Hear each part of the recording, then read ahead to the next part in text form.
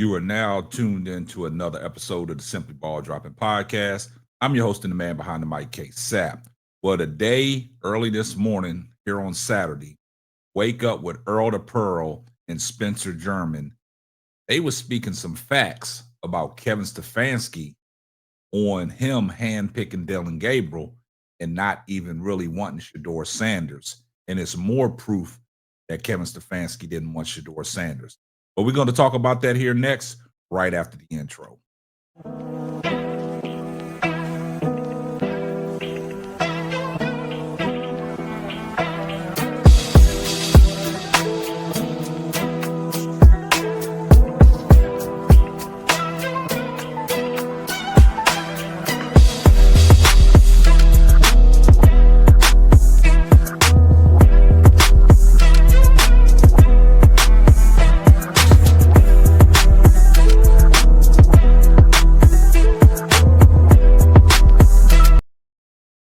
Well, guys, man, I'm here to tell you, man, leading up to this game against the New York Jets coming out of the bye week, there's been a lot of things going around. There's been a lot of people saying some things, a lot of people saying that this might be Dillon Gabriel's last game going out there as an NFL starting quarterback for the Cleveland Browns.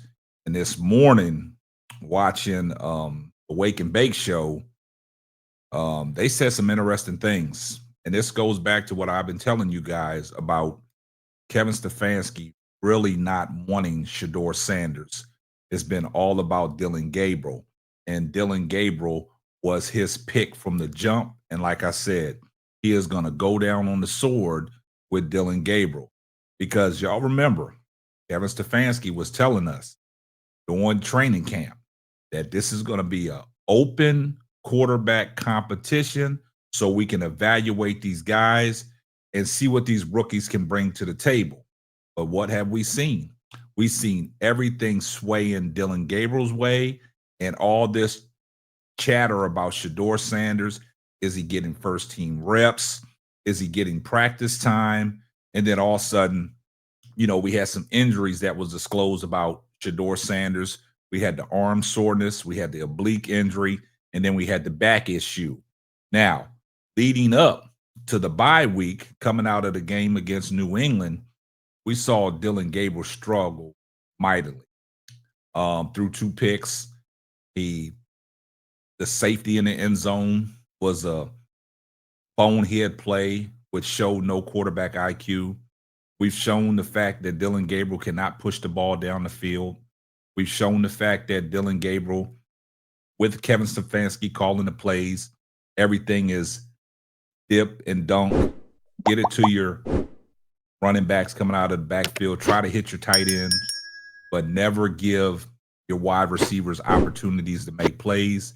In the last 2 games that Dillon Gabriel has played, his wide receivers got a total of 9 targets. And in that New England game, Jacoby Ford got 9 targets himself, 5 catches, and 29 yards. I didn't mean to say Jacoby Ford. I meant to say Jerome Ford. So running backs are Dillon's favorite target under Kevin Stefanski. Now, Kevin Stefanski has relinquished the play calling duties going into tomorrow's game against the New York Jets. Now, if Dillon Gabriel looks anything the same as he did under Kevin Stefanski, then that's the evaluation that you need, that Dillon Gabriel cannot be a future NFL starting quarterback in the NFL. Now, when it comes to Shedeur, we've always said that Kevin Stefanski has an ulterior motive. It's a hidden agenda, and something ain't right when it comes to Shedeur Sanders. And listening to the morning show this morning, I came to the conclusion, I've always said this, that Kevin Stefanski was Dillon Gabriel's guy. Shedeur Sanders should have been nowhere in the building because Kevin Stefanski didn't want to deal with this.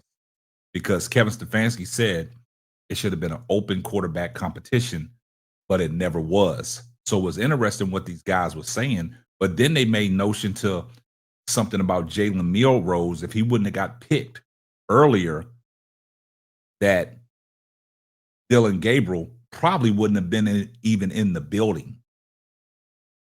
But that goes to show you that Kevin Stefanski was so hell-bent on getting Dillon Gabriel and never wanting Shedeur Sanders and never giving Shedeur Sanders a chance to even compete for the starting job has been exposed. But before we get off into what they was talking about, we partnered up with Underdog Fantasy, and this is a word from our sponsor. Underdog Fantasy is the best way to play fantasy sports. Let me tell you about the easiest way to get in on some WNBA and NBA action. Find your player, pick higher or lower, win you some extra cash. Pick between 2 to 5 players to fill out your pick'em entry, get every pick right, and win some serious cash. Use my promo code SBD23 and receive up to $1,000 in bonus cash. Now that it's football time, follow Simply Ball Dropping as I share my picks. Like I said, pick your player, choose your amount, win money. Make picks, win cash. Thank you, Underdog Fantasy, for the partnership with us. And thank you for using promo code SBD23 on Underdog Fantasy. Now, guys, with that being said, man, let's go ahead and take a listen to Earl the Pearl and Spencer German as they break this down so eloquently. Let's take a listen. I think tomorrow you're going to get another game with the weather being what it is, where like Gabriel's just going to be asked to do very little in the offense. They're going to just kind of run a real basic thing and get out of there with a win. And people are going to have to sort of save their torch and pitchforks to change quarterbacks for another week. Like I think that's probably what's going to happen, because they're not going to change quarterbacks after a win in weird weather for a rookie quarterback. So the Shedeur conversation, like we Earl and I talked about that a lot last week, I know, during the bye. I think we're going to circle back to it for sure in the weeks ahead. I think you're looking at least, like, maybe the Raiders game is that game. But I think we're probably talking like early December that you see Shedeur. The quarterback thing is interesting. I'm operating on the assumption, Earl, and maybe this is wrong of me to assume because you just don't know what this offense, that they're going to win tomorrow.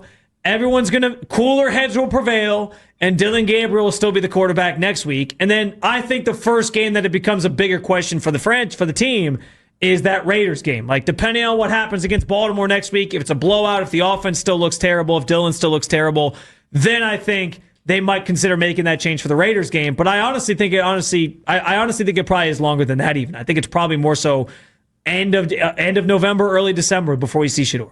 Yeah, I think that's absolutely ridiculous. If you go into November, into December, and you see Shedeur Sanders for 2 or 3 games, then as an organization, you failed yet again. You failed to properly evaluate the quarterbacks that you took at rookies this year, knowing doggone well that the quarterback position is very important, knowing that you got multiple first-round picks next year, and you didn't give yourself enough time to fairly evaluate the second of the 2 rookie quarterbacks that you drafted.